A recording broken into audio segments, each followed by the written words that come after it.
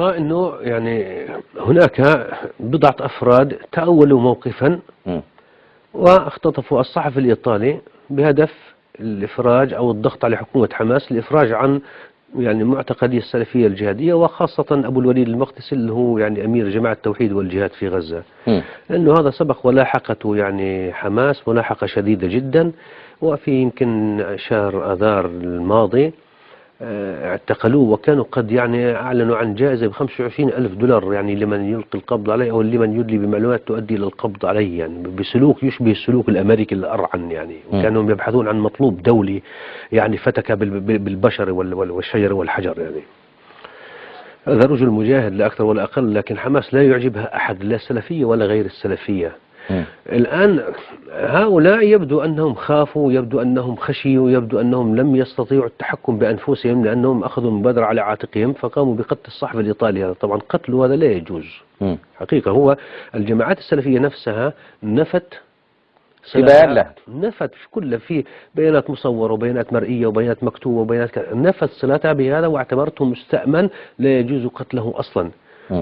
يعني تبرأت شرعيا، وهذه جماعات كما نعلم يعني لا تخشى يعني من أن إذا فعل شيئا يعني تتبرأ منه أو تخجل منه، لا، تقول يعني مرجعيتها الشرعية عقدية في تحديد يعني نوعية وصفة العمل الذي تقوم به، وبالتالي بما أنهم لم يقوموا به قالوا نحن لم نقم به، بل أننا نعتبره مستأمنا وليس لنا أي صلة بهذا الموضوع. لكنهم يعني وهم أظن أنهم محقون في هذا التضييق الشديد على التيارات السلفية الجهادية والاستعلاء على السلفية الجهادية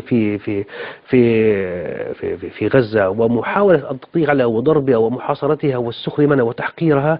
هذا يعني يجعل الأجواء دائما مشحونة، خاصة في الاعتقالات والمطاردات والضرب والإهانات، يجعل العلاقة ما بين حماس وهذه التيارات علاقة مشحونة دائما بالتوتر.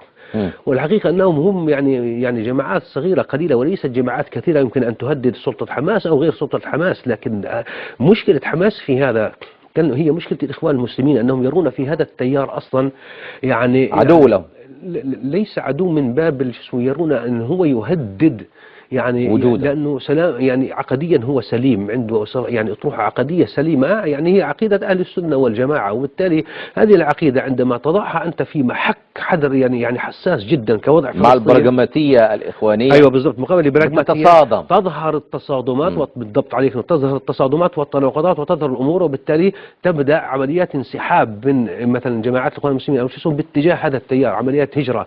هذا يهدد نفوذ حماس بالنهاية ويقوي الجماعات السلفية. لذلك الجماعات السلفية هذه يعني تمثل بالنسبة لحركة حماس غصة في الحلق، خاصة في منطقة هي تسيطر عليها وتستطيع أن تفرض سطوتها على كل يعني القطاع وكل الفصائل والقوى السياسية والشخصية العاملة في القطاع.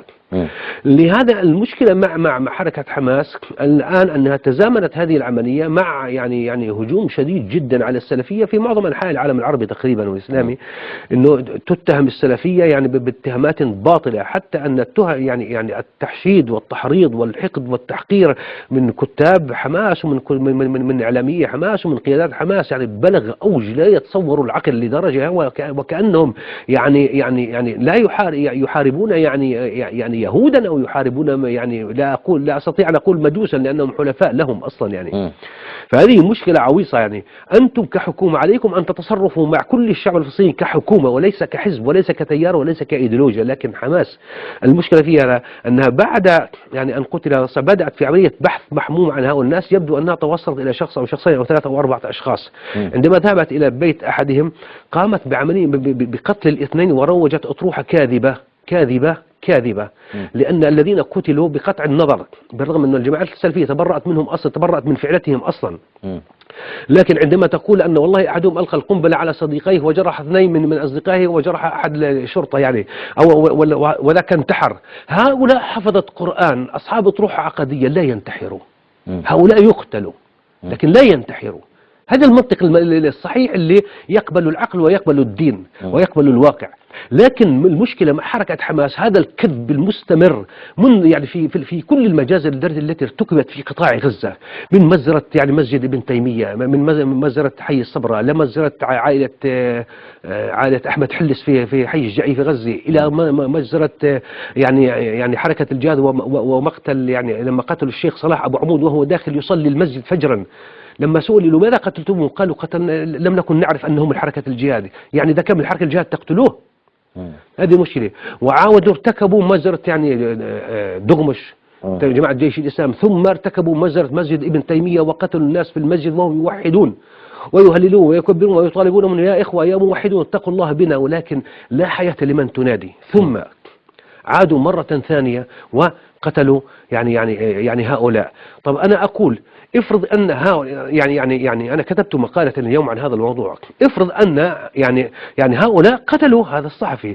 يعني أنا لا أريد أن أدخل في مسائل شرعية، أتركها لأهل الشرع وأهل العلم.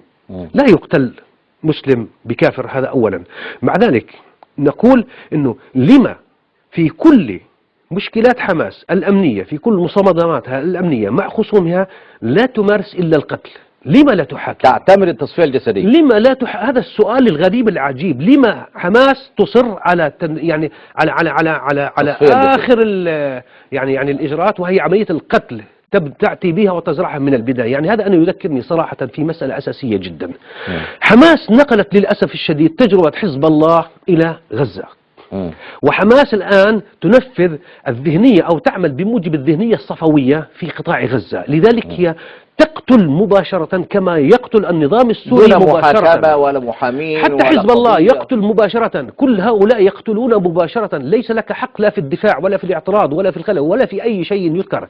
وعندما نقول حماس، مشكلة حماس ليست مع السلفية الجهادية، لا، مشكلتها أيضا مع حركة يعني مع فتح، حتى مع عائلات وقبائل وعشائر في قطاع غزة. مشكلة حماس مع حركة الجهاد، مشكلة حماس كانت مع الألوية وربما ما زالت، مشكلة حماس أيضا مع جيش الإسلام، مشكلة حماس مع الجميع. لماذا تصرون دائما على القتل؟ لماذا لا تعتقلون شخصا وتحاكمونه؟ أنا كنت أتمنى، ما زلت أتمنى مرة واحدة أن يلقوا القبض على شخص ويحاكموه ويصدر به حكم شرعي لا خلاف فيه، وعلينا أن نرحب به ونفرح به أصلا، لأننا نتمنى أن تخضع الأمور للشرع والقانون.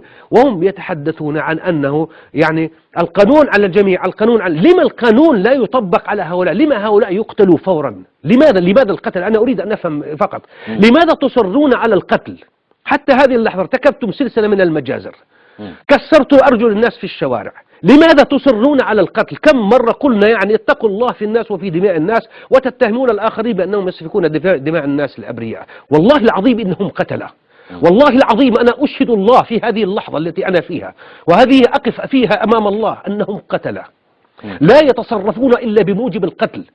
والله العظيم أتمنى من الله أن يعني هؤلاء الناس كان بإمكانهم أن يحاصروهم أسبوع أسبوعين وشهر حتى يفتك بهم الجوع، ثم يعتقلونهم ويحاكمونهم ويقنعوا الأمة ويحشد الأمة من حولهم. نحن في مشكلة، نواجه عدوا صهيونيا جبارا متغطرسا، الأمة كلها عاجزة أمامه. نحن نواجه غزوا أمريكيا، نحن نواجه هجمة الأمة صفوية أمريكية صهيونية غربية من كل الجهات، وهؤلاء مشغولون بتصفية الحسابات ومشغولون بقتل الناس ومشغولون بالحقد والأحقاد والضغائن. يا أخي يعني قولوا لنا يعني إلى متى يعني تطبق الصفوية على قطاع غزة؟ أنا هذا السؤال أريد أن أسأله. إلى متى تقتلون الناس؟ إلى متى تمارسون القتل ليل نهار ضد من يخالفكم؟ إلى متى؟